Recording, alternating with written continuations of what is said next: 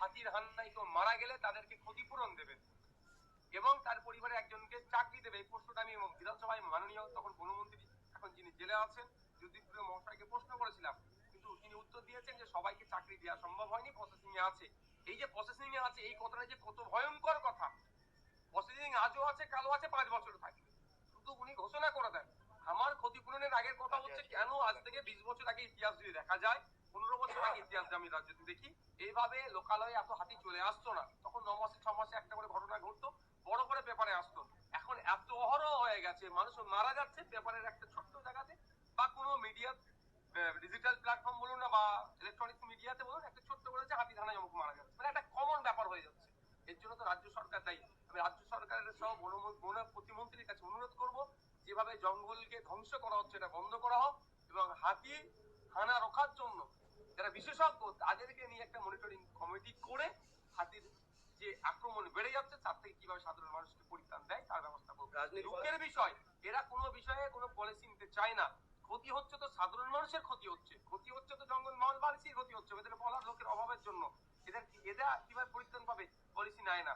আমি আশা করবো এবার তুমি পলিসি নেবে। এবার পুনর্বাসনেও চুরি, আরেক দুর্নীতির পর্দাফাঁস রিপাবলিকে। ভোটার কার্ড বানিয়ে সেক্ষেত্রে পরিকল্পনা দুর্নীতির অভিযোগ শাসক দলের বিরুদ্ধে।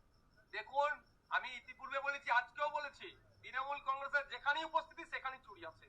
আপনি শ্মশান থেকে কবরস্থান দেখুন, শ্মশান ঘেরা যে টাকা সেখানেও দুর্নীতি করে। এরা প্রয়োজনে কাফনের টাকাতেও, যখন মৃতদেহ মারা যায় সাদা কাপড় পরে যখন দাহ করতে নিয়ে যাবে, কবর দিতে নিয়ে যাওয়া, সেইখানেও সুযোগ পেলে এরা চুরি করে। এদেরকে যত তাড়াতাড়ি বাংলার মানুষ বিসর্জন দেবে ততই বাংলা এবং বাংলাভাষী মঙ্গল। ক্রিকেট বিশ্বকাপের ফাইনাল ও ভারতীয় ক্রিকেটে বৈরিকী জড় নিয়ে এখন ব্যাপারটা হচ্ছে তো এতদিন পরে মমতা ব্যানার্জি মনে পড়েছে, এতদিন পরে মনে পড়ছে। আমি মমতা ব্যানার্জি প্রশ্ন এখন করছেন, আপনি মমতা ব্যানার্জি রিয়াক্ট করার জন্য পশ্চিমবাংলায় 2021-এর ভোটের আগে বা ভোটের সময় যেভাবে বিজেপি দলের বড় নেতা নেত্রীরা এসে একের পর এক হেড স্পিচ দিয়েছেন, তাদের বিরুদ্ধে কি ব্যবস্থা গ্রহণ করেছে? এখন 2024 ভোট পেতে হবে, আর বিশেষ করে সংখ্যালঘুদের ভোট পাওয়ার জন্য ওই অরেঞ্জ জার্সিটাকে নিয়ে উনি বৈরিকীকরণের দিকে ঠেলে দেওয়ার চেষ্টা করছেন। ওনাকে উত্তর দিতে হবে যারা হেড স্পিচ দিয়েছে ইতিপূর্বে বিজেপি নেতারা, তাদের বিরুদ্ধে কি ব্যবস্থা গ্রহণ করছে। তারপরে বলবো খেলাতে কোনো ধর্মীয় আবেগ নিয়ে আসা উচিত, পারফরমেন্সের বেসিসে তার বিচার করা হোক। হ্যাঁ, মোহাম্মদ শামিকে নিয়ে একটা অনেক ট্রোল হচ্ছে, কেউ মোহাম্মদ শামির হয়ে গলা ফাটাচ্ছে, আবার কেউ মোহাম্মদ শামির হয়ে তার মুন্ডু পাত করছে। আমি মোহাম্মদ শামি বা হার্দিক পান্ডিয়া বা বিরাট কোহলি ব্যাপারটা নয়। আমরা মোহাম্মদ শামিকে আমি যেভাবে দেখি, হার্দিক পান্ডিয়াকে ওইভাবে দেখি, আমি বিরাট কোহলিকে ওইভাবে দেখি, রোহিত শর্মাকে ওইভাবে দেখি। আমরা ভারতীয় হিসাবে দেখি, আমরা চাইবো যাকে যখন সুযোগ পাবে সেই ভালো পারফরমেন্স করবো। আমি নিজে ন্যাশনাল লেভেল ভলিবল প্লেয়ার ছিলাম, আমি ইউনিভার্সিটি খেলেছি। অনেক সেই প্রসঙ্গ নয়, তবে একটা কথা বলি, অনেকে অনেক কারো মুন্ডুপাত করছে, কারো মানে আবেগে অনেক কথা বলছে। দেখুন, যে টিমে রিজার্ভ বেঞ্চ শক্তিশালী থাকবে সেই টিম সব থেকে ভালো খেলবে। আমাদের ভারতীয় টিম রিজার্ভ বেঞ্চ খুব শক্তিশালী বলে আজকে ভালো খেলছে। সুতরাং এইটাকে মোহাম্মদ শামি বা বসিয়ে রেখেছো জার্সির কালার নিয়ে, গেরুয়াকরণ নিয়ে, হ্যান ত্যান নিয়ে, আমার মনে হয় না বিতর্ক করে আমাদের ফোকাস করা দরকার আমাদের স্পোর্টস কোটায় কি রিক্রুটমেন্ট করছে সেন্ট্রাল গভর্নমেন্ট, কত টাকা বরাদ্দ করছে স্পোর্টস ডেভেলপমেন্টের জন্য, সেন্ট্রাল গভর্নমেন্টের কি কি প্রজেক্ট নিয়ে আসছে, এই বিষয়ে কথা বলা দরকার, যেটা কাজ দেবে। তা বাদে আজকে কে কোন জার্সি কি পড়ছে সেটাতে না দিয়ে এটা অবজেক্ট সাবজেক্ট আসা যাক। আজকে সাই কমপ্লেক্স শর্ট লেগে আছে, সেখান থেকে কটা প্লেয়ার আমরা তুলতে পারছি সারা বছরে। বাংলার হয়ে যারা প্রতিনিধিত্ব করছে তারা ইন্ডিয়ার টিমে কজন আছে না আছে, এগুলো নিয়ে আলোচনা করবো। ভাইজান, আমরা কাকে মানে আপনি সাপোর্ট কাউকে তো করছেন, মানে কার ক্ষেত্রে গলা? আমি চাইবো দুজনের ক্ষেত্রে। আমরা এই বিশ্বকাপে এমন একটা আমরা রেকর্ড করতে যাই, কাপ সমেত মোহাম্মদ শামির উইকেটও সর্বোচ্চ যেন থাকে এবং বিরাট কোহলি যেন কাপ ফাইনালটা সেঞ্চুরি মারে। ভাইজান, তৃণমূল নেতা খুনে গ্রেফতার তৃণমূল নেতা, পরিবারের অভিযোগ গোষ্ঠী কন্দলের কেস। হ্যাঁ, বলতে দেয় না, ফাইনালটা জানেন ভালো করে। আমরা বলি একটু তৃণমূল, আমি চাই না পুরো মানুষের ক্ষতি হোক। দুঃখের বিষয়, দুর্নীতিকে এমন জায়গায় পৌঁছে দিয়েছে এরা নিজেদের কর্মীদের সাথে মারামারি হানাহানি করে ধরে। ভাইজান, যেভাবে আপনাকে সব জায়গায় বাধা দেওয়া হচ্ছে, তাহলে কি আপনাকে ভয় পেয়েছে? সেটা যারা বাধা দিচ্ছে তাদের কথা।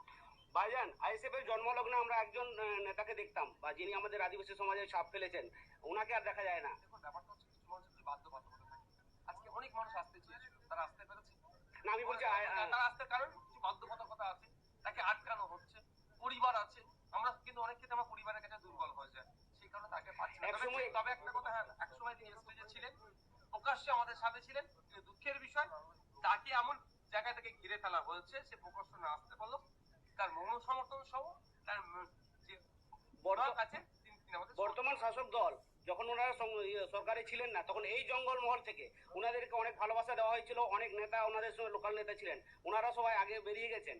এখন আগামী দিনে আইএসএফ যদি আসে, আমাদের যে সমস্ত আদিবাসী সম্প্রদায় থেকে নেতা নেত্রীরা যথেষ্ট সম্মান পাবেন তো? দেখুন, আমি একটা জন্য কথা বলি, আমাদের আমাদের দলের মধ্যে এসটি এসসি সেল বা মাইনরিটি সেল নয় যে আগে থেকে সাইড করে দেবো। ওরা তো আগে থেকেই সাইড করার জন্য এসটি এসসি মাইনরিটি সেল খুলে রেখেছে। আমাদের একটা প্ল্যাটফর্ম হিসেবে আমরা দেখাতে চাই সেটাকে, প্ল্যাটফর্ম। আমি আপনার যোগ্যতা, আপনার স্বজাতি সহ আপনি রাজ্যের মানুষের কথা বলুন।